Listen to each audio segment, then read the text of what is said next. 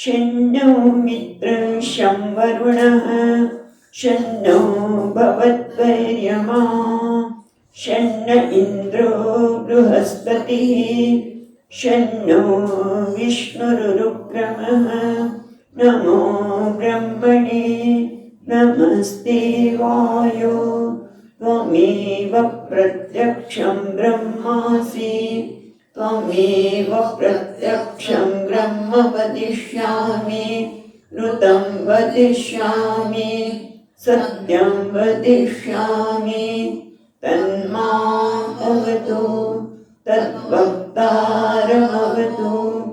अवतु माम् अवतु वक्तारम् ॐ शान्ति शान्ति शान्तिः ॐ सहना भवतु सहनौ भुनक्तु सह वीर्यं करवावहै तेजस्विनावधीतमस्तु मा विद्विषावहै ॐ शान्ति शान्ति शान्तिः ॐ पूर्णमदः पूर्णमिदं पूर्णात् पूर्णमुदच्यते पूर्णस्य पूर्णमादाय पूर्णमेवावशिष्यते ॐ शान्ति शान्ति शान्तिः श्रुतिस्मृतिपुराणानाम्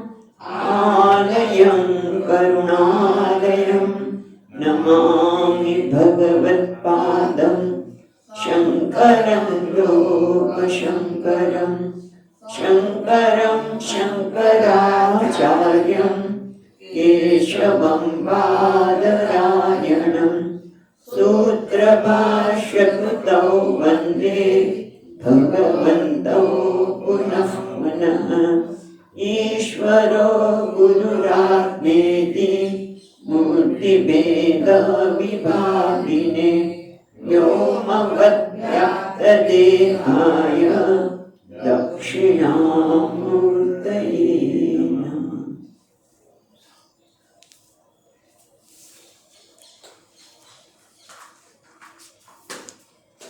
नमः श्री शंकरानंद गुरुपादाम्बुजन्मने सविलास महामोह ग्राहग्रासैककर्मणे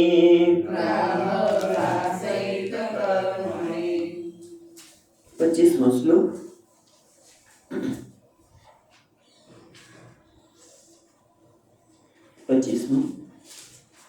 समष्टिरिष्य सर्वेषां स्वात्मतादात्म्यवेदनात् तद्भावात् ततोऽन्यत्तु अत्यन्ते व्यष्टिसंज्ञया। એટલે આ પ્રકરણમાં એમણે પ્રતિજ્ઞા કરી કે અમે તમને તત્વનો બોધ, તત્વ વિવેક પ્રકરણ છે એટલે તત્વનો વિવેક કરીશું. અને તત્વ કોને કહેવાય? તત્વ એટલે કે જે અનારોપિત તત્વ, જેના પર કોઈ પ્રકારનો આરોપ કરવામાં આવ્યો હોય, અધ્યારોપ ન કરવામાં આવ્યો હોય, એને તત્વ કહેવામાં આવે. અને એ આપણને આપણા જીવનના અનુભવને આધારે એ વિવેક કરતા શીખવાડે છે.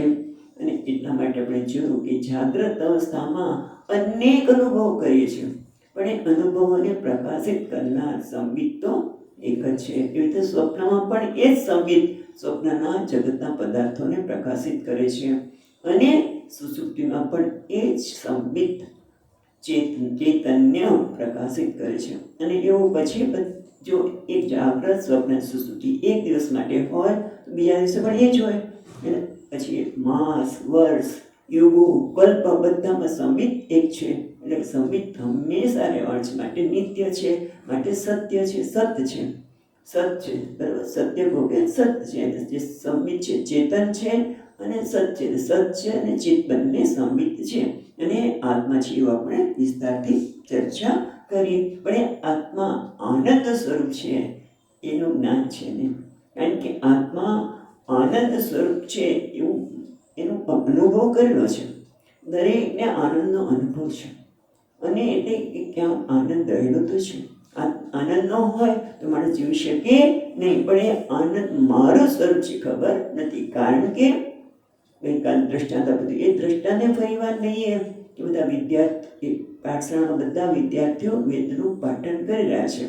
પિતાજી આવે છે પોતાના બાળકને જોવા માટે. પઠન થઈ રહ્યું છે, પઠનના શબ્દો સંભળાય છે, પણ આ મારું બાળક કરે છે ખબર પડતી નથી. કે કારણ કે બહાર દિવાલ છે, અંદર નથી ગયા પિતાજી, બહારથી જોવે છે માટે એક જાણી શકતા નથી. પ્રતિબંધના કારણે સામાન્ય જ્ઞાન છે, પણ આ વિશેષ જ્ઞાન કે આ મારો જ પુત્ર છે એ વિશેષ જ્ઞાન નથી. એ રીતે આપણે બધાને સામાન્ય જ્ઞાન છે. હું છું, હું ચિત્ત સ્વરૂપ છું, હું છું અને હું ચેતન છું, બધાને ખબર છે. અને એ પણ અનુભવ છે, ખાલી સત અને ચિત્ત છું એટલું જ નહીં, આનંદનો પણ અનુભવ કર્યો છે.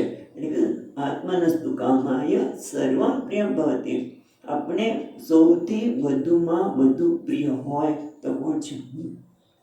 ભલે ગમે તે કહેતા હોય મને પુત્ર પ્રિય છે ને આ પ્રિય છે, ધન પ્રિય છે, પણ એ અમુક સમય અમુક સંજોગોમાં પણ સૌથી પ્રિય તો કોણ છે? હું. અને એ પ્રિય છે એટલે જે પ્રિય હોય એનાથી જ આપણે આનંદ મળે. આનંદ છે માટે પ્રિય છે, પ્રિય છે માટે આનંદ આપનાર છે, રાઈટ. અને એ આનંદ સ્વરૂપ તું છે, આનંદ સ્વરૂપ આત્મા જ છે એનું જ્ઞાન નથી. કેમ? પ્રતિબંધ. જેમ પેલા બાળકો પઠન કરે છે, સામાન્ય જ્ઞાન છે પણ વિશેષ જ્ઞાન પોતાના પુત્રનું નથી, કારણ કે અવરોધ છે, પ્રતિબંધ છે. એમ અહીંયા પણ પ્રતિબંધ છે. કયો? અજ્ઞાન, અવિદ્યા. પોતાના સ્વરૂપને ન જાણવા લીધે, કયું સ્વરૂપ? વિશેષ સ્વરૂપને ન જાણવા લીધે થાય છે. અને એટલે એના માટે આપણને ગ્રંથકાર હવે સમજાવે છે કે વિશેષ સ્વરૂપને ન જાણવાના લીધે આ બધા સમસ્યા થાય છે. પણ એને સમજવા માટે આપણને સૃષ્ટિની પ્રક્રિયા બતાવે છે. અને પ્રતિબંધ કયો છે? અવિદ્યા તો શબ્દ વાપર્યો એને, પણ અવિદ્યાને સમજાવવા માટે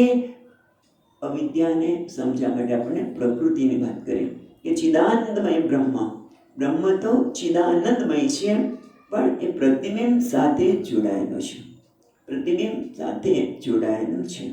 અને પછી તેમણે બે પ્રકૃતિમાં 3 ગુણ છે, રજસ, તમસ ને સત્વ ગુણ.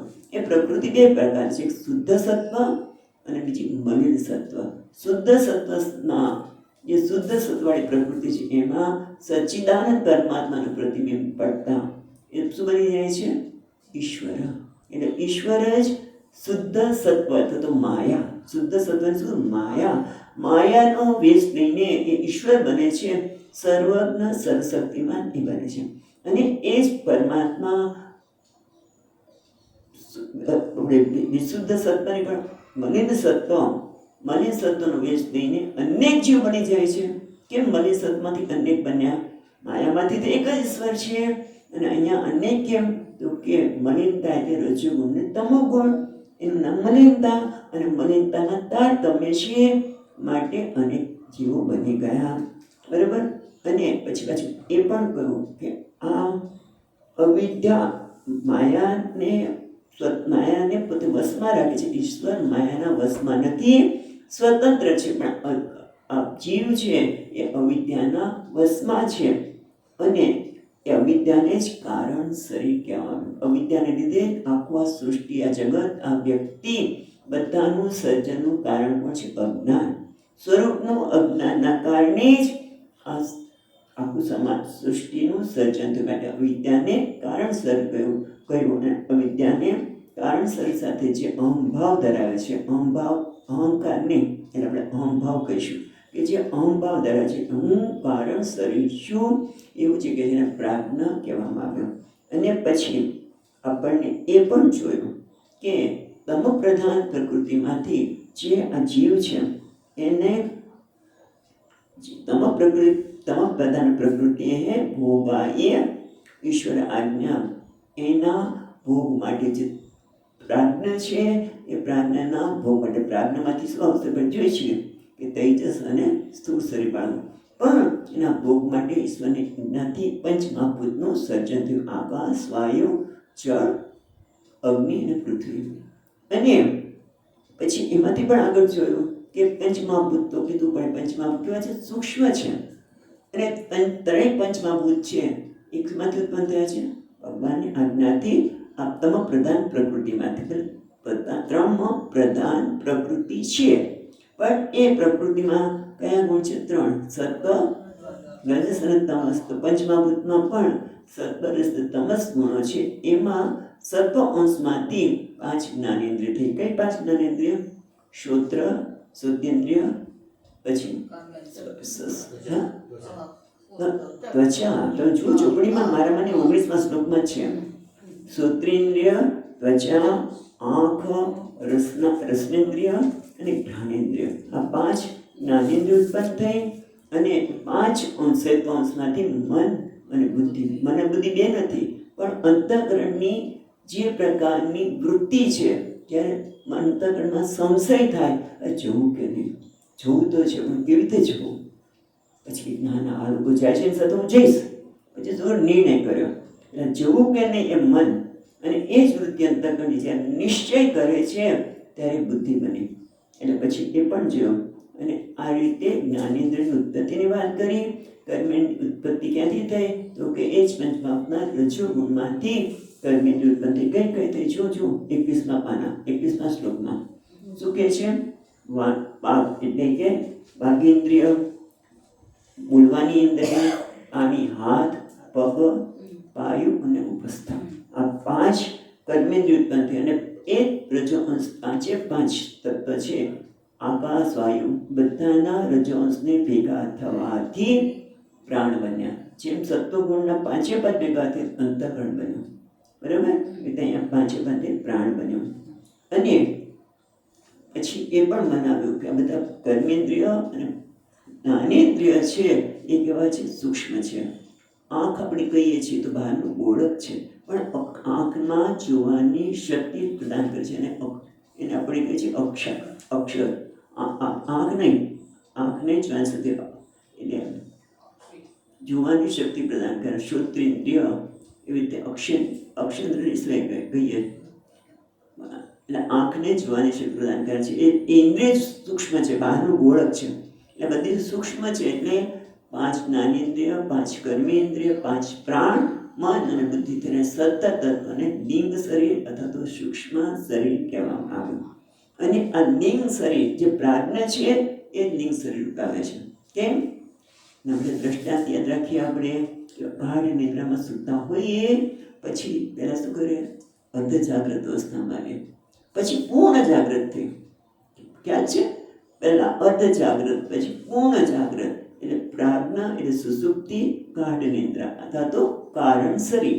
એ કારણ શરીરમાંથી પહેલા શું થાય છે? અર્ધ જાગ્રત એટલે તેજસ સ્વપ્ન અવસ્થા.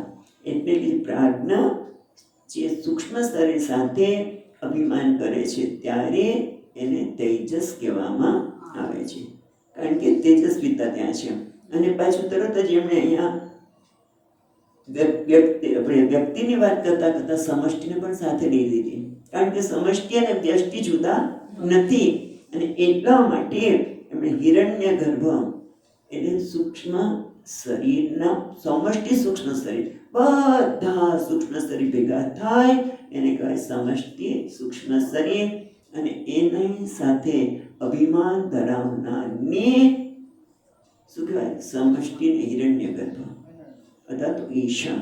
હવે એટલે આપણે પ્રશ્ન થયો કે તમે આ સમષ્ટિની વાત ક્યાં કરો છો? અમને તો વ્યષ્ટિમાં રસ છે, અમારામાં રસ છે, અમે કેમ આનંદ પ્રાપ્ત કરીએ એમાં રસ છે, તો તમે આની કેમ વાત કરો છો? એટલા માટે આપણે 25મા શ્લોકમાં જોતા હતા કે સમષ્ટિ ઈશ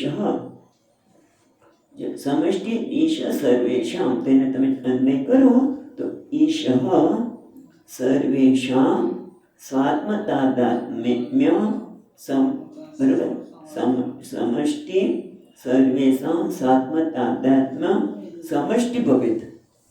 ખ્યાલ તાદાત્મ્ય વેદના સમષ્ટિ ભવેત એવું ભવેત શબ્દ મૂકવું પડે. એટલે જ્યારે ઈશ્વર એટલે કે હિરણ્ય ગર્ભ, અહીંયા ઈશ્વર એટલે હિરણ્ય ગર્ભ, સર્વેષાં એટલે બધા એટલે બધા લિંગ શરીર ઉપાધિવાળા બધા જેટલા લિંગ શરીર છે બધા લિંગ શરીર સાથે તાદાત્મ્ય એની સાથે તાદાત્મ્ય કરવા એટલે કે જે સ્વાત્મ તાદાત્મ્ય વેદના એટલે સ્વાત્મ તાદાત્મ્ય બધા સાથે એક બની જાય છે. બધા લિંગ શરીરને સૂક્ષ્મ શરીરને પોતાના માને છે, એની સાથે એક સ્થાપિત કરે છે અને એના કારણે શું બની જાય છે? ઈશ ભવેત એટલે ઈશ બની જાય, સર્વ એ હિરણ્ય ગર્ભ બની જાય છે. તદ અભાવાત પણ જે તાદાત્મ્ય બધા સાથે તાદાત્મ્ય કરતો નથી એટલે તું પરંતુ તેથી ત્યાર પછી ઈશ્વર અન્ય છે ને તદ અભાવ તત અન્ય તું તત એટલે ત્યાર પછી ઈશ્વર સિવાય જે જીવ છે જે બધા સાથે તાદાત્મ્ય કરતો નથી એને શું કહે છે? વ્યષ્ટિ સંજ્ઞા કથ્યંતે. એને વ્યષ્ટિ કહેવામાં આવે છે. એક સમષ્ટિ છે અને બીજું શું છે? વ્યષ્ટિ છે. પણ આપણે ગઈકાલે જોયું કે સમષ્ટિમાં શું છે? બધા સાથે તાદાત્મ્ય, બધા સાથે એકતા છે. એ બધામાં એક બધાને પોતાનું માને છે. દરેકને ઈશ્વર શું માને છે? કે બધા મારા છે. અથવા તમે પુરાણમાં જુઓ તો કે બધા મારા પુત્રો છે. પછી સારો હોય કે ખરાબ હોય પણ હું બધા મારા જ બાળકો છે, આ બધા મારા છે. અને એટલા માટે ગમે તેવો ખરાબ હોય, રાક્ષસ હોય, દુર્ગમાસુર જેના માટે માએ અવતાર ધારણ કરી અને દુર્ગા બન્યા, પણ એ દુર્ગમાસુરનો તો કેર એટલો બધો હતો છતાંય માએ માર્યો નથી. કેટલી વાર એને સુધારવાની સંભાવના આપી કે તું સુધરી જા, તું આ ખોટા માર્ગે છું, તું સુધરી જા. એટલે કેટલી ઉદારતા, કેટલી કરુણા. એકતા એટલે શું? વિશાળતા. વિશાળતા એટલે શું? સમષ્ટિ એટલે બધાને પોતાના કરવા એટલે બધામાં આત્મભાવ કરવો એટલે કે બધાને પોતાના માનવા એટલે વિશાળતા. ગમે તે હોય પણ મારો છે. ગમે તો અસુર હોય કે રાવણ હોય કે પછી ગમે તે દુર્ગમાસુર, કેટલા અસુર થયા, મહિષાસુર, બધા એ બધાને પણ પોતાના ગણ્યા કે ના હું એને એક સુધારણ તક આપું, હજી સુધરી જાય. એટલે કેવી કે બધાને પોતાના માનવા વિશાળ. જેમ ગઈકાલે વાત કરી એમ જ્યારે વૃક્ષો આપણે જમીન પર ચાલતા હોઈએ ત્યારે બધા વૃક્ષો છૂટાતા દેખાય છે, પણ આપણે વિમાનમાં ઉપર ચડજે કેટલી હાઈટ ઉપર, પછી બધા વૃક્ષોમાં એક જ વૃક્ષત્વ દેખાય છે. હવે વૃક્ષ દેખાતા નથી, જુદાતા, અને જુદાતા જોઈએ ત્યારે અનેકતા દેખાવાની. એમ જ્યાં સુધી વ્યષ્ટિ શરીરમાં હું બેઠો છું ત્યાં સુધી મને અનેકતા દેખાશે. આ વ્યક્તિ બ્રાહ્મણ છે, આ વ્યક્તિ આ છે, આ વ્યક્તિ આ છે. પછી સારી છે એટલે પેલા બ્રાહ્મણ દૃશ્ય બધું જુદું પાડે, પછી બરોબર નથી, પેલું બરોબર છે, અને આમ કરું ને તે કરું, એવા રાગ દ્વેષ વાડા બધા બાંધી દે છે. પરમાત્માએ વાડા નથી બનાવ્યા, હા વ્યવહાર માટે જરૂર છે. બ્રાહ્મણ ક્ષત્રિય બધા જાતો વર્ણની વ્યવસ્થા ભગવાને જ કરી છે, પણ એ વ્યવહાર માટે, સંકુચિતતા માટે નહીં, વિશાળતા માટે છે. અને એટલા માટે ભગવાન એટલે આપણે કહે છે કે આ સમષ્ટિ અને વ્યષ્ટિની વાત એટલે કરે છે કે જો આપણે વ્યષ્ટિમાંથી ઉપર ઉઠી છે તે વિમાનમાં બેસી છે, વ્યષ્ટિમાંથી ઉપર બેસવું એટલે શું? વિમાન બેસવાનું તો છે જ નહીં, પણ વ્યષ્ટિ સાથેનું જે તાદાત્મ્ય છે, જે સંકુચિતતા છે, સ્વાર્થ વૃત્તિ છે, મર્યાદા છે, એમાંથી ઉપર ઉઠવાનું. કારણ કે આવી ઉપનિષદના આવા અગ્ર ઉપાસના પણ કહેવામાં છે કે હું હિરણ્ય ગર્ભ છું, હું ઈશ્વર છું, એવું કરવાની જરૂર નથી. પણ વિશાળતા જેટલી આપણા હૃદયમાં વિશાળતા આવે, જેટલી સંકુચિતતા એટલે કે રાગ અને દ્વેષના પકડમાંથી મુક્ત થઈએ ત્યાં શું છે? આપણે સમષ્ટિ બની છે. નહીં તો તમે જુઓ કે કેટલી સંકુચિતતા છે. બે ભાઈઓ એક જ, કે ભાઈઓ એટલે શું? ભાઈઓ કે બહેનો હોય એ બંનેનું લોહી એક છે, માતા પિતા એક છે, પણ છતાં નાની વસ્તુમાં તમે જુઓ કે કેવું લાઈન કરી દે, જેમ પાકિસ્તાન અને ભારત એક જ દેશમાંથી બે જુદા પાડ્યા. એ રેખા કોણે દોરી? મનુષ્ય. અને પછી એની ટેરિટરીમાં જો પાકિસ્તાનમાં આપણા પેલા વાહન લઈને ગયા માછીમાર, તો એનું આવી બન્યું કેટલી ઓલું કરે કે મારામાં આવ્યો, તું મારામાં કેમ આવ્યો? વ્યવહાર માટે બરોબર છે, પણ જે એની સાથે જે ક્રૂરતા અપનાવવામાં આવે છે એ ક્રૂરતા તો યોગ્ય નથી. એટલે અત્યારે એ ક્રૂરતા બધી ચાલી રહી છે બધી જગ્યાએ. અને એટલે ટૂંકમાં આપણે જ્યારે જગત સાથે વ્યવહાર કરીએ ત્યારે આ દ્રષ્ટિથી વ્યવહાર કરીએ તો આપણામાં શું થશે? પ્રસન્નતા આવશે. એટલે આ જ્ઞાન આ રીતે પ્રાપ્ત કરવું જોઈએ. એના માટે સમષ્ટિ અને વ્યષ્ટિની વાત કરવામાં આવી કે સમષ્ટિ સૂક્ષ્મ શરીર સાથે તાદાત્મ્ય કરે છે ત્યારે એ ઈશ હિરણ્યગર્ભ બને છે. વ્યષ્ટિ સાથે કરે ત્યારે તેજસ સૂક્ષ્મ શરીર સાથે તાદાત્મ્ય કરે છે ત્યારે એને તેજસ કહેવામાં આવે છે. શબ્દ થોડા યાદ રાખીશું તો વધારે સરળતાથી આપણે સમજાશે. હવે નિમ્ન શરીરની વાત કરી, પણ એટલું પૂરતું તો છે જ નહીં, અને એટલા માટે હવે આપણને એનું સ્થૂરીકરણ, કારણ કે સાધન તો છે, જેમ પંખો છે, આ લાઇટ છે, પણ એ પંખો લાઇટ પંખાની હવા ક્યારે મળી શકે? જ્યારે પાંખ્યા બહારનું સ્થૂળ શરીર હોય ત્યારે. ટ્યુબલાઇટનો પ્રકાશ ક્યારે મળે? ખાલી પેલા વાયર હોય તો કંઈ ન થાય, પણ બહારનું ખોખું માળખું હોવું જોઈએ. એમ આ સૂક્ષ્મ શરીર છે એટલું એ તો શું છે? સાધન, અંતઃકરણ. કરણ કયું ને? અંતઃકરણ સાધન છે, પણ સાધનનો ઉપયોગ કરવા માટે પણ કોઈ વસ્તુની આવશ્યકતા છે. એના માટે હવે આગળ કહે છે સ્થૂળ શરીરનો કેવી રીતે ઉત્પત્તિ થઈ એ આપણને બતાવે છે 26મા શ્લોકમાં. તદ્ભોગાય પુનઃ ભોગ્ય ભોગાયતન જન્મને પંચીકરોતિ ભગવાન પ્રત્યેકમ યદાદિકમ. તદ્ભોગાય, બરાબર? તદ્ભોગાય એટલે તેષામ ભોગાય, તેઓના ભોગ માટે. કોના માટે? જીવના. કારણ કે પ્રાજ્ઞને કારણ શરીર સાધ્યમાનને પ્રાજ્ઞ કયો હતો? જીવ. એના ભોગ માટે તદ્ભોગાય પુનઃ ભોગ્ય ભોગાયતનમ જન્મને પંચીકરોતિ ભગવાન. ભગવાન એટલે ભગવાને પુનઃ ફરીવાર તદ્ભોગાય એ જીવોના ભોગ માટે. ભોગ એટલે શું કહેશું? સુખ દુઃખના અનુભવ માટે. ભોગ એટલે સુખ દુઃખના અનુભવ માટે.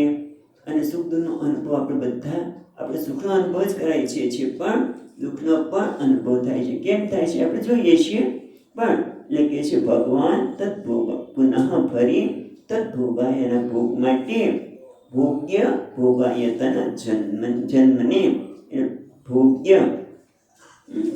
ભોગ્ય પદાર્થ અને ભોગાયતનમ ની ઉત્પત્તિ કરી. કેવી રીતે કરી? પંચીકરોતિ વ્યદાદિકમ. પણ એ પહેલા આપણે એટલું જોઈએ કે ભગવાન એટલે કોણ છે? કોઈ ભગવાન શબ્દ કીધું તો આપણે સ્વામીજી ઘણી વખત કહીએ કે બધો શેઠ હોય ને ડ્રાઈવર છે, એ શેઠ કે મારા ભગવાન છે. એટલે ભગવાન નથી થતા. કોઈ કહી દે કે ભગવાન એટલે ભગવાન કોને કહેવાય? જે ભગ અસ્યતિ ભગવાન, જેને 6 પ્રકારના ભગ ઐશ્વર્ય પૂર્ણ માત્રામાં છે, એવા ભગવાન. એવા ભગવાનને આ સર્જન કર્યું. ખ્યાલ આવે છે? આ ભગવાન શબ્દ એટલા માટે જોઈએ છે કે ભગવાનને કોઈ સામાન્ય નથી, પણ જેને 6 ઐશ્વર્ય. કયા 6 ઐશ્વર્ય છે? ઐશ્વર્ય સમગ્ર છે, પૂર્ણ માત્રામાં ઐશ્વર્ય. ધર્મ પૂર્ણ માત્રામાં, યશ કીર્તિ પણ પૂર્ણ માત્રામાં.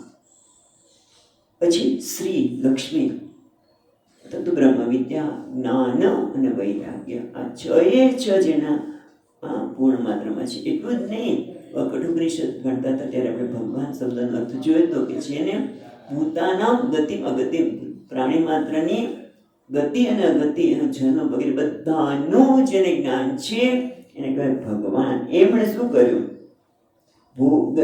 ભોગ્ય ભોગાયતનમ જન્મ, અને ભોગ્ય એટલે ભોગ કરવાના વિષય, એટલે કે અન્નપાનાદેહ. કારણ કે ભોગ તો કરવો છે, પણ ભોગ માટે વિષય તો જોઈએ. તો વિષય કયા છે? તો અન્ન. ભૂખ લાગે તો અન્નની જરૂર પડે. શરીરને ઢાંકવા માટે ઠંડી ગરમી હોય તો જુદા જુદા પ્રકારના વસ્ત્રની જરૂર હોય. ઠંડી હોય તો વધારે જાડા પગ જોઈએ, ગરમી હોય તો સૂતરાઓ જોઈએ, વગેરે. બધાની જે કંઈ ઈચ્છા છે, ભોગ કરવા માટે જે કંઈ વિષયની આવશ્યકતા પડે એ બધાની ભગવાને રચના કરી. ભગવાને કરી. અને પછી શું કહે છે? ભોગાયતનમ જન્મને. અને ભોગાયતનમ એટલે ભોગને ભોગવવા માટે જે આયતન એટલે શરીર છે એની પણ ભગવાને રચના કરી. એટલે આપણે શું જોઈએ કે ભોગ્ય એટલે ભોગ્ય એટલે ભોગ કરવાના વિષય. એ ભોગવાના વિષય કરનારને કોણ કહેવાય? ભોગતા. ભોગતા, ભોગ્ય અને ભોગ. કરતા કર્મ અને કરતા કર્મ કરનાર. કર્મ નહીં, કરતા વિષય, પછી એનાથી દ્વારા થતું કર્મ. એટલે ત્રણ વસ્તુ છે. તો ભગવાને શું કર્યું? પહેલા ભોગ્ય વિષય બનાવ્યા. ભોગ્ય વિષય તો બનાવ્યા, પણ એ વિષયને ભોગવવા માટે ભોગાયતનમ, ભોગ કરવા માટેનું સાધન પણ એમણે બનાવ્યું. અને તમે વિચાર કરો કે કેટલું ઈશ્વરે કેટલી ધ્યાન રાખ્યું છે કે બધાને, દરેકને કયા કયા પ્રકારના ભોગ્ય વિષયની આવશ્યકતા છે. દરેકને જુદી જુદી ઈચ્છા છે. આપણે તો ઘરમાં હોય તો બહેનોને ખબર છે કે 5 જણ હોય, દરેકને જુદું જુદું. ઓલાને કે મને મીઠાવાળું ઓછું જોઈએ, ઓલાને કે મને આવું જોઈએ, પેલું જોઈએ. ભગવાન તો બધાનો ખ્યાલ રાખ્યો છે.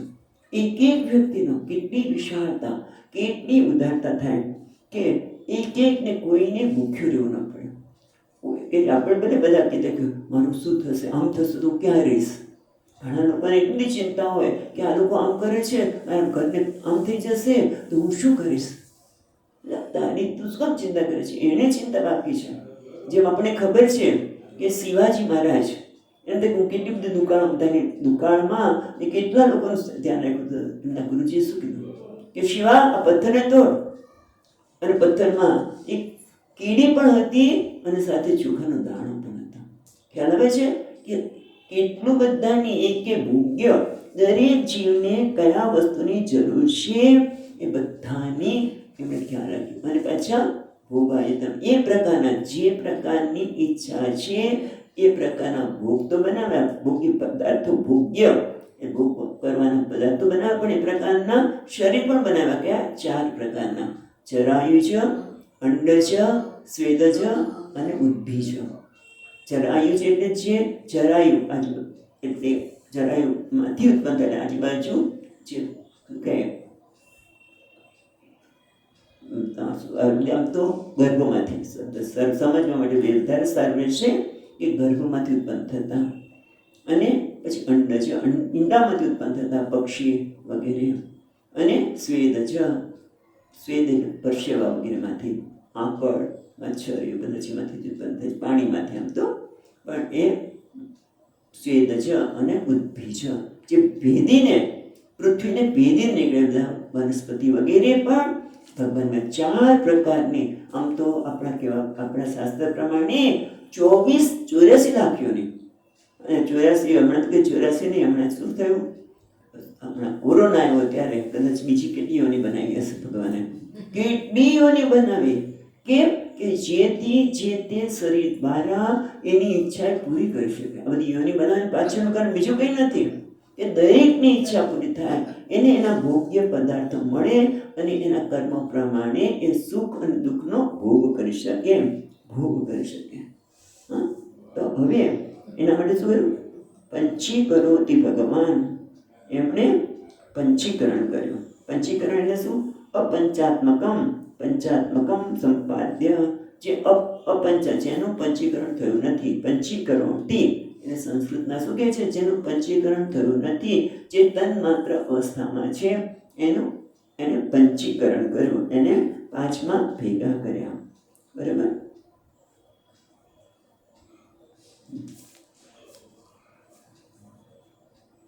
હવે અહીંયા એક પ્રશ્ન કહે છે કે ભગવાને આ બધાને સર્જન કર્યું. ભોગ્ય પદાર્થનો ભોગાયતન, શરીરનો પણ કેટલાક લોકો ઈશ્વર જેવું છે જ નહીં. આ તેની જાતે થાય છે. ઘણા લોકો વૈજ્ઞાનિકો પણ માને છે કે આ જગતનું સર્જન કેવું થયું કે બિગ બેંગ ધડાકો થયો, અકસ્માત હોય તો આવું સર્જન ન હોય. અકસ્માતથી કઈ સર્જાય તે અકસ્માત જ થાય, દુઃખિત થવાય. એટલે કે નૈયાયિક છે, પછી વૈશેષિક છે, એ બધા ઈશ્વરનો સ્વીકાર કરતા નથી. સાંખ્ય પહેલા હતા સ્વીકાર, સા ઈશ્વર સાંખ્ય, પછી ઈશ્વરે એમણે પણ ઈશ્વરનો સ્વીકાર કર્યો. ઈશ્વર વગર અવસર્જન થઈ શકે જ નહીં. દરેક જીવનો ખ્યાલ રાખવાનો, દરેક જીવને જરૂરી વિષયો અને એ પ્રકારનું શરીર ભોગાયતનમ એ બધા કરવા માટે જે અપંચીકરણ તત્વ હતા એનું પંચીકરણ કર્યું. કેવી રીતે લખે છે? પ્રત્યેકમ યદાદિકમ, પ્રત્યેક ભગવાન પંચીકરણ કર્યું. કેવી રીતે? પ્રત્યેકમ દરેક જે વ્યદ આકાશ, વાયુ, અગ્નિ, જળ અને પૃથ્વી બધાનું પંચીકરણ કરવામાં આવ્યું. કેવી રીતે પંચીકરણ કર્યું? તો હવે કહે છે 27મા શ્લોકમાં વિદાય ચૈકેકમ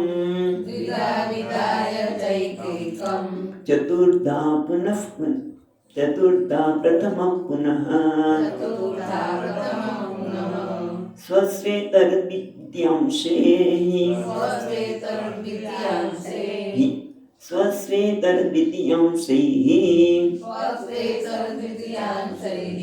યોજનાત પંચ પંચતે.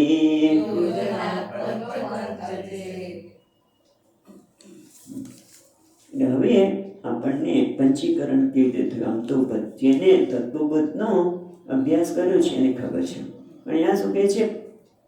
એમને શું કીધું? વ્યદાદિ પ્રત્યેકમ, પાંચે પાંચને ભેગા કર્યા, પંચીકરણ તો ભેગા કર્યા. કેવી રીતે ભેગા કર્યા? તો કે છે વિધાય ચ ચૈકમ ચૈકેકમ ચ એકમ એકમ. એ દરેક એકમ એકમ એક એક વિધાય કૃપા કરીને વિધાય દરેકને પેલા પાંચ જે તત્વો છે એના બે ભાગ કર્યા. પછી ચતુર્થા પ્રથમ પુનઃ, અને પછી એકમાંથી ચાર કરે. એટલે આપણે સમજીએ તો ખબર પડે. પછી ચાલો બીજી લીટી પણ જોઈ લઈએ, પછી એને સમજવા પ્રયત્ન કરીએ. સ્વ ઇતર દિત્યાંશ વિદ્વાંસૈઃ યોજના પંચ પંચમમ. આને સમજવા માટે આપણે સમજીશું એટલે બીજી લીટી સમજાઈ જશે. પહેલા તો શું વિધાય ચ એકમ, એક જે છે એના બે ભાગ કર્યા. જેમ કે આપણે આજકાલ બધા હેલ્થ કોન્શિયસ છે એટલે બાજરી, જુવાર, પછી રાગી, બાજરી, જુવાર, પછી મકાઈ. ઓકે, એ વાત આપણી છે. મકાઈ ને રાગી એટલે ઘઉં, બાજરી, જુવાર, મકાઈ અને રાગી, આ પાંચને ભેગા કર્યા. પણ એ ભેગા કઈ રીતે કરવાના? તો કે ભાઈ તમે જે લો, ઘઉં જેટલા લીધા, દાખલા તરીકે 1 કિલો, બધા 1 કિલો લો, દરેકને 1 કિલો. તો 1 કિલો લીધા એને એના અડધા કરો એટલે અડધો કિલો ઘઉં, બરાબર? ને અડધો કિલો બીજો ઘઉં છે એને 4 ભાગ વેચી નાખો એટલે કેટલા થશે? 125 ગ્રામ. 1/4 એવું થયું ને, બરાબર? એવી રીતે ઘઉં, પછી તમે બાજરી, પછી એવી રીતે જુવાર, બધા 1 કિલો લીધા, એમાં અડધો કિલો ઘઉં, અડધો કિલો બાજરી, અડધો કિલો જુવાર, બધાને જુદા જુદા રાખ્યા. અને બીજા 1/4 કરે. હવે શું કરે છે કે ઘઉં અડધો કિલો છે, એમાં બાકીના 4 ઘઉં તો છે જ, બાકીના 4 છે બાજરી, જુવાર, મકાઈ અને રાગી, એનો 1/4 ભાગ છે એટલે સવા 125 ગ્રામ. 125 ગ્રામ બધા ભેગા કરી દો તો પાછું 1 કિલો થઈ ગયો. એટલે એવી રીતે આખું ઘઉં માટલું નાખ્યું, બાજરીમાં ઘઉં અને બાકીના બાજરી તો અડધો 500 ગ્રામ છે, અડધો કિલો છે, અને બાકીના બધાને ભેગા કર્યું. બધા કિલો થઈ ગયા. પણ એમાં માપ જુદું થયું. ખ્યાલ આવે છે? એકમાં ઘઉંનું માપ વધારે છે, એકમાં બાજરીનું છે, એકમાં મકાઈનું છે. એ રીતે અહીંયા શું કહે છે કે વિધાય ચૈકમ, અથવા તો આ તો સમજણ પડી ગઈ, પણ બીજી સરળ રીતે જોઈએ કે વિધાય પંચમહાભૂત છે, એમાં આકાશ તત્વ છે, એમના 2 ભાગ પડ્યા. એક ભાગ એટલે જેમ કીધું અડધો, અને બીજો અડધો ભાગ, અને એ અડધા ભાગના 4 કર્યા. કે ચતુર્થા પ્રથમ પુનઃ, એના પાસે 4, એક કે આકાશ તત્વનો અડધો ભાગ અને એ જ આકાશ તત્વના બીજા 4 ભાગ કર્યા. અથવા તો પાનાની રમત જુઓ તોય સરળ થઈ જાય કે 40 પાના લીધા એને 5 ભાગ પાડો એટલે દરેકમાં કેટલા આવ્યા? 8 આવ્યા. હવે 8ના અડધા કરો એટલે 1 4 અને બાકીના 4ને 1 1 1 કરી નાખો. એટલે એ રીતે આકાશના અડધું કર્યું અને બાકીનાને 1 1 1 કરી દીધું. એ રીતે વાયુ, એ રીતે તેજ, એ રીતે જળ અને એ રીતે પૃથ્વી, એ બધાને જુદા પાડ્યા. બરાબર. અને એ પછી એને પછી ભેગા કરવા બધાને સ્વે સ્વે ઇતર દ્વિતીયાંશ પોતાનો અડધો ભાગ રાખીને બાકીના જે 1/4 ભાગ છે અથવા તો 4 પાના એ અને પછી 1 1 પાના બીજાના દેવામાં આવે. 4 પાના આકાશ, 4 પાના એ તો સમજો, 4 પાના આકાશ, 4 પાના વાયુ વગેરે. તો 4 પાનામાં બીજું 1 પાનું વાયુનું, 1 પાનું તેજનું એટલે અગ્નિનું, જળનું અને એટલે 8 પાના થઈ ગયા. એવી રીતે બધાને ભેગા કરવામાં આવ્યા અને આ રીતે શું થયું? સ્વે સ્વે ઇતર દ્વિતીયાંશૈઃ યોજના પંચપંચતે. એટલે આ રીતે પ્રત્યેકમ પંચપંચાત્મકમ ભવતિ. બધા પાછા પંચમહાભૂત બની ગયા. બધા સ્થૂળ એને કહેવાય છે સ્થૂલીકરણ થયું. અને એ સ્થૂલીકરણ આપણને આપણા શરીરમાં જોવા મળશે. એ સ્થૂલીકરણ આપણે જુઓ તો આપણા શરીરમાં કોઈ પણ શરીરનો તો તમને બધામાં આ 3 બધા તત્વો દેખાય. જો આ શરીરમાં પૃથ્વી અંશ પણ છે, પછી જળ અંશ પણ છે, તેજ આકાશ અંશ પણ છે અને વાયુ અંશ પણ છે અને આકાશ અંશ પણ છે. એવું અહીંયા કહે છે કે જે ચામડી છે ને એમાં જે હાડ, માંસ, નાડી, રોમ આ બધા 5 તત્વ છે. અથવા તો કહી શકાય ઓમ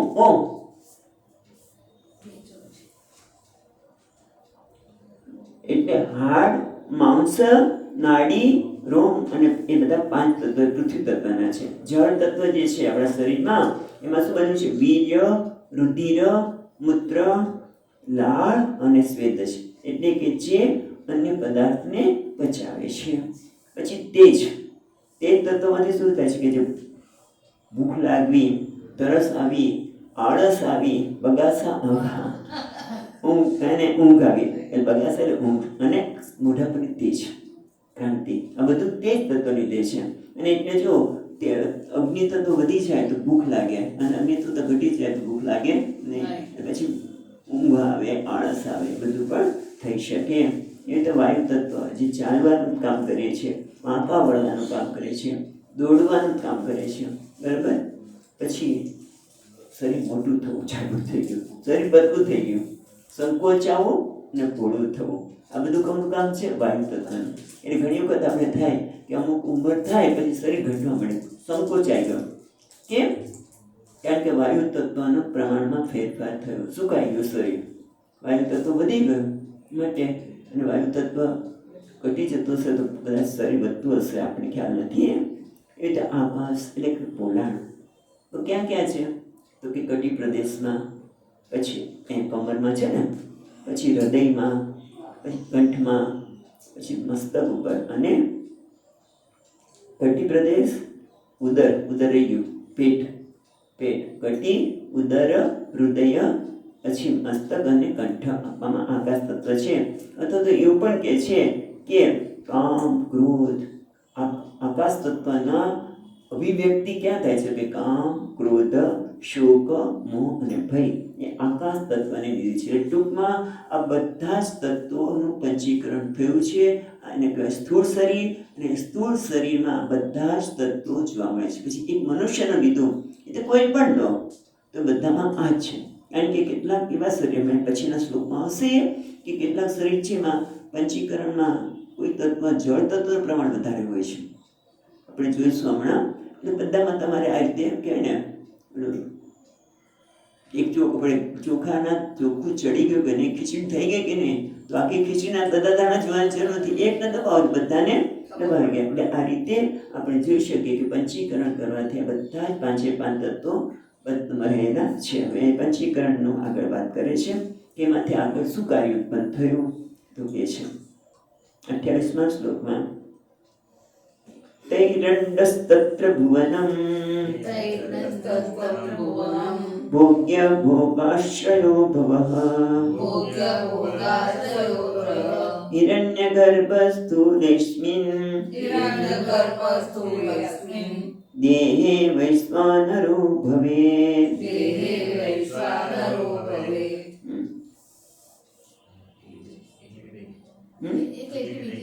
શું અમારામાં નથી, તમારામાં હશે ને?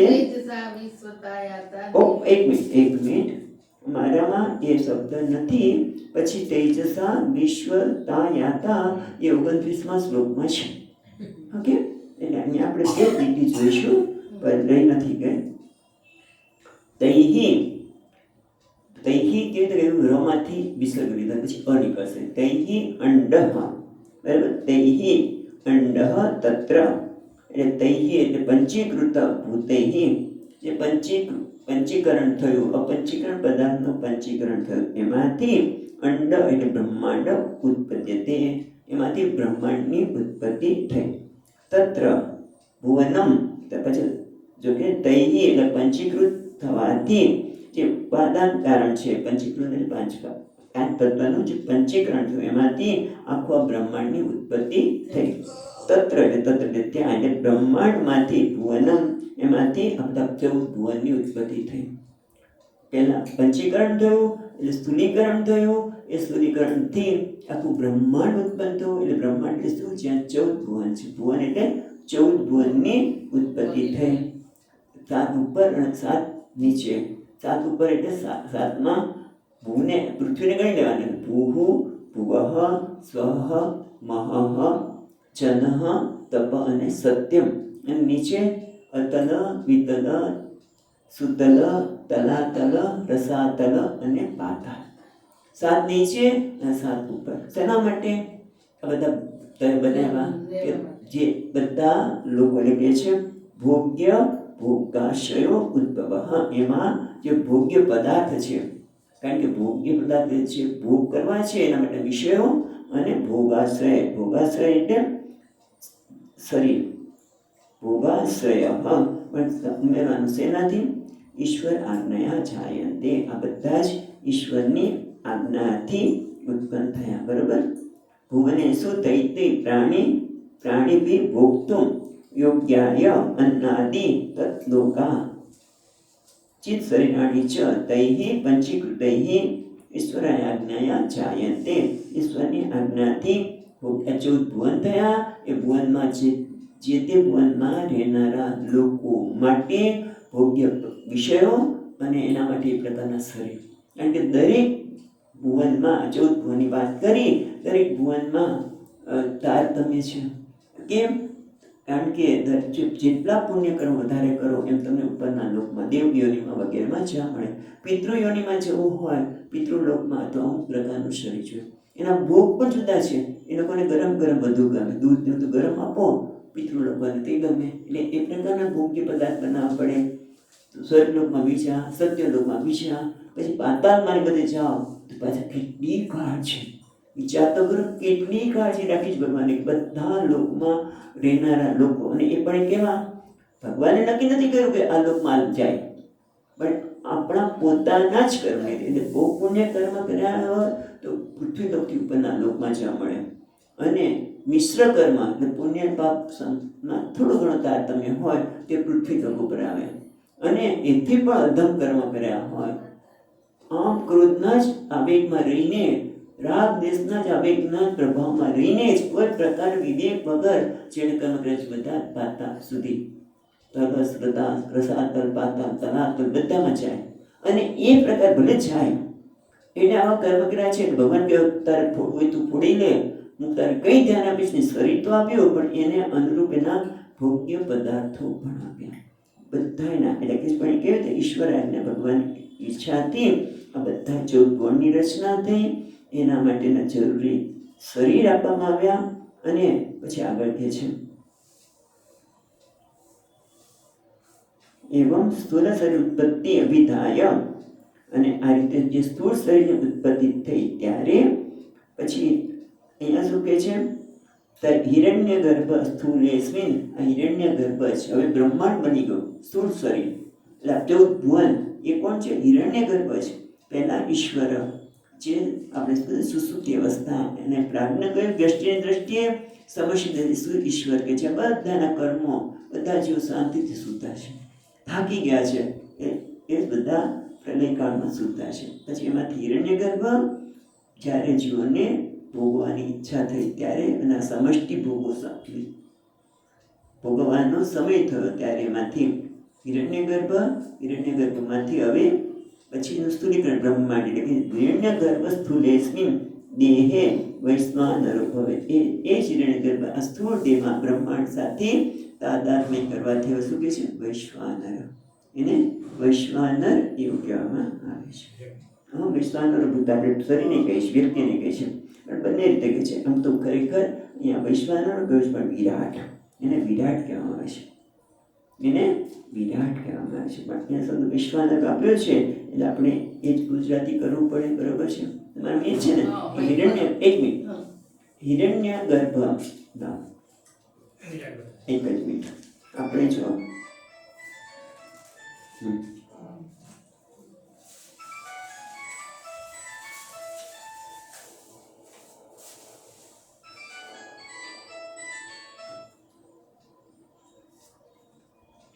જો તમે જો આગળ છે કે હિરણ્ય ગર્ભ સમષ્ટિ સ્થૂળ શરીરના અભિમાન વડે અહીંયા વિરાટ શબ્દ આપ્યો નથી. અહીંયા તમે જો ના પછી નથી આપ્યો, પછીમાં એમણે તેજસા વિશ્વતામ યાતા દેવતીર્યા નરાદય એ વાત કરી, પણ વિરાટ શબ્દ આપ્યો નથી. તમે જો શબ્દ તો હિરણ્ય ગર્ભ સ્થૂલેસ્મિન દેહે વૈશ્વાનરો ભવેત, એટલે ખરેખર તો ત્યાં આપણે મૂકવું પડે કે હિરણ્ય ગર્ભ સમષ્ટિ રૂપે વૈશ્વાનર સંજ્ઞક. અહીંયા તો એક જ મિનિટ, ટીકામાં વૈશ્વાનર સંજ્ઞક આપ્યું છે, પણ આમ તો વિરાટ, અને ક્યારેક ક્યારેક વ્યષ્ટિને વિશ્વ કહેવામાં આવે છે, અને વૈશ્વાનર શબ્દ આપણે રાખીએ, આપણે બદલાવી શકીએ નહીં. વિરાટ એ તો તમારે ગુજરાતી આપ્યું છે, અહીંયા વિરાટ શ્લોકમાં આપ્યું. તમારો પ્રશ્ન ચર્ચા એ છે કે વિરાટ શબ્દ આપણે તરત જ એમાં ટીકામાં અહીંયા વિરાટ શબ્દનો ઉપયોગ કર્યો નથી, પણ આપણે ખબર છે કે એ સમષ્ટિ સ્થૂળ શરીરના અભિમાની દેવતાને વિરાટ કહેવામાં આવે છે, અને એ વ્યષ્ટિ શરીરના એને વિશ્વ કહેવામાં આવે છે. એટલે આપણે શું થયું? પ્રાજ્ઞ વ્યષ્ટિ શરીરના કારણ શરીરના અભિમાની દેવતાને પ્રાજ્ઞ, સૂક્ષ્મ શરીરના અભિમાની દેવતાને તેજસ, અને સમષ્ટિ આપણે વ્યષ્ટિ સ્થૂળ શરીરના વિશ્વ, અને એટલે ઈશ્વર, હિરણ્ય ગર્ભ અને વૈશ્વાનર શબ્દ આપણે અત્યારે રાખીએ છીએ. એને વિરાટ પણ કહી શકાય, બંનેનો શબ્દ સાચા છે. એટલે આ રીતે એને જુદા જુદા નામ આપવામાં આવ્યા. હવે આગળ જે છે 29 શ્લોકમાં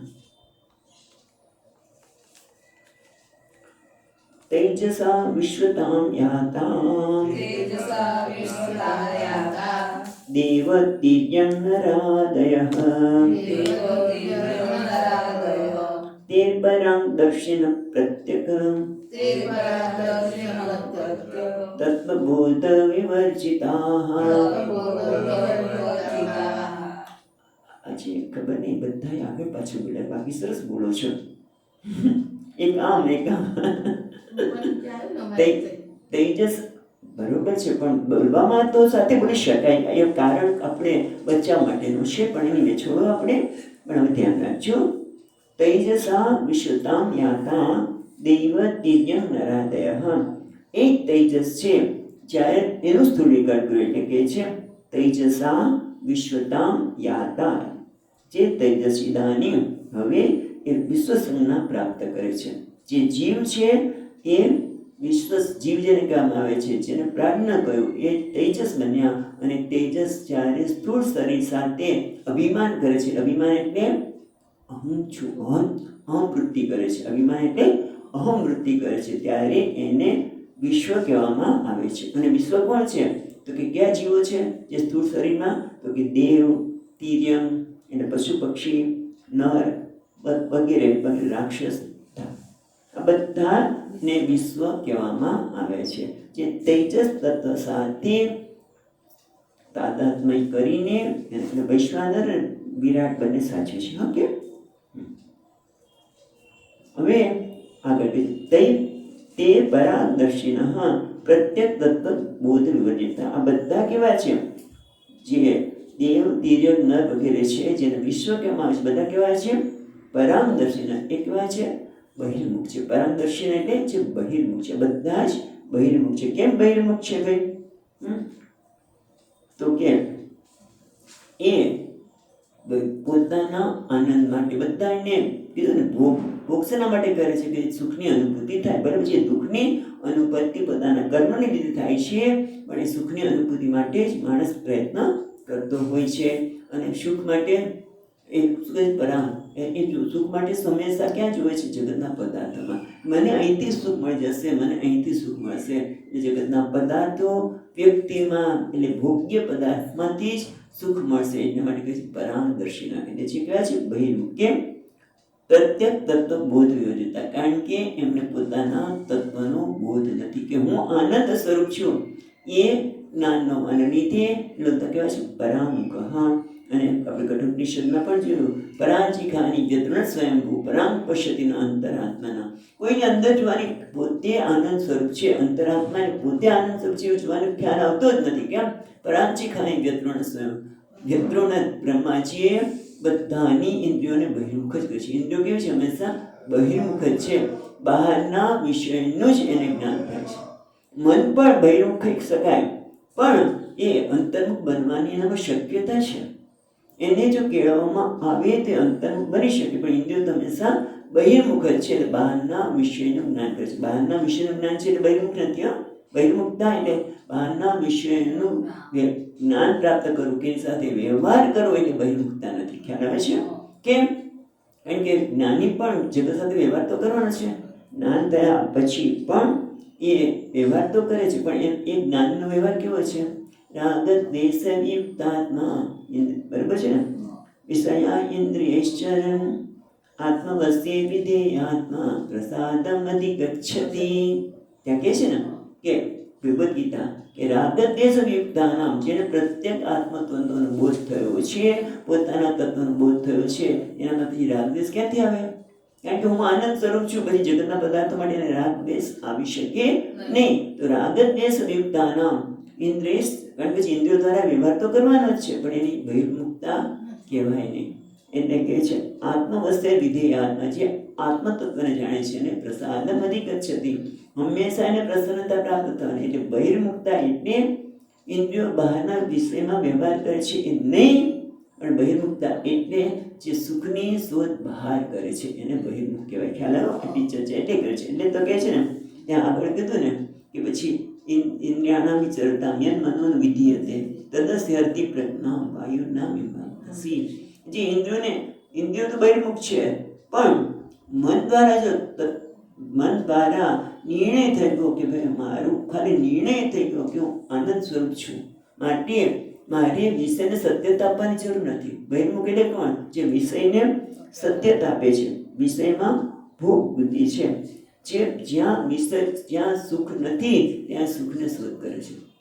જ્યાં નિત્ય નથી ત્યાં નિત્યની શોધ કરે. બહિર્મુખતા એટલે શું? જ્યાં સત્ય નથી ત્યાં સત્ય શું? જે મિથ્યા છે એને સત્ય માનવું. જે મિથ્યા છે એને સત્ય માનવું. જે નિત્ય નથી એને નિત્ય માનવું. જે આનંદ સ્વરૂપ નથી એને આનંદ માનવું. બરાબર? એટલે એના માટે જ પ્રયત્ન કરે છે. એટલે કે પ્રત્યેક જ્ઞાન પ્રત્યેક તત્વ વિવર્જિતા, જેણે પ્રત્યેક પોતાના તત્વનો તત્વ એટલે આપણે વાત હમણાં જ કરી કે જેના પર કોઈ આરોપ થયો નથી એવો, એટલે કે જે પોતે વેશ છે. આ બધા આપણે જે ત્રણ વાત કરી કે પ્રાજ્ઞ, તેજસ અને વિશ્વ, ઈશ્વર, હિરણ્યગર્ભ અને વિરાટ, એ બધા શું છે? એ ચૈતન્યના પ્રત્યેક ચૈતન્ય જે છે એના જ વેશ છે. અને જ્યારે શાસ્ત્ર દ્વારા એ પ્રત્યેક તત્વનો બોધ થાય તો પછી બહિર્મુખતા આવે નહીં. તો પછી એને વેશને વેશ રૂપે જાણી શકે. પણ જ્યાં સુધી જાણતો નથી ત્યાં સુધી આ વિષયને સત્યતા આપે છે, પોતાને વ્યષ્ટિ જ માને છે. સમષ્ટિ અને વ્યષ્ટિથી પણ ભિન્ન છે એ તત્વનો બોધ નથી. ખ્યાલ આવ્યો? ગઈકાલે વાત કરી હતી કે સમષ્ટિ વ્યષ્ટિથી પણ ઉપર ઉઠવાનું છે. સમષ્ટિ પણ બેસ છે, વ્યષ્ટિ પણ બેસ છે, અને બેસને પહેરનાર કોણ છે? પ્રત્યેક આત્મા.